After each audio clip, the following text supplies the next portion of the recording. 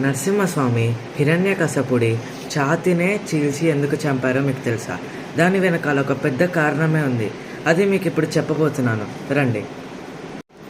నరసింహస్వామి ఎలా ఉంటారో మీకు అందరికీ తెలిసినదే.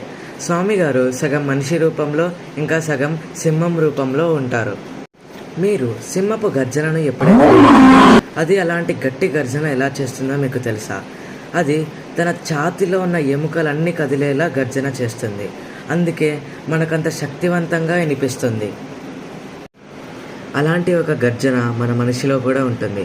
మీకు ఎప్పుడైనా భయం వేసే పని చేసినప్పుడు, అప్పుడు మీలో ఉన్న శక్తిని అంతా ఒకసారిగా కూడబెట్టుకొని గట్టిగా అడిస్తే అప్పుడు మీకు భయం అంతా పోతుంది. అప్పుడు నువ్వు ఎప్పుడు లేనట్టుగా అడుస్తావే, అది నువ్వు కాదు, అది నీలో ఉన్న నరసింహస్వామి. నువ్వు అడిచినప్పుడు నీలో ఉన్న అనాహత చక్రం తెరుచుకుంటుంది.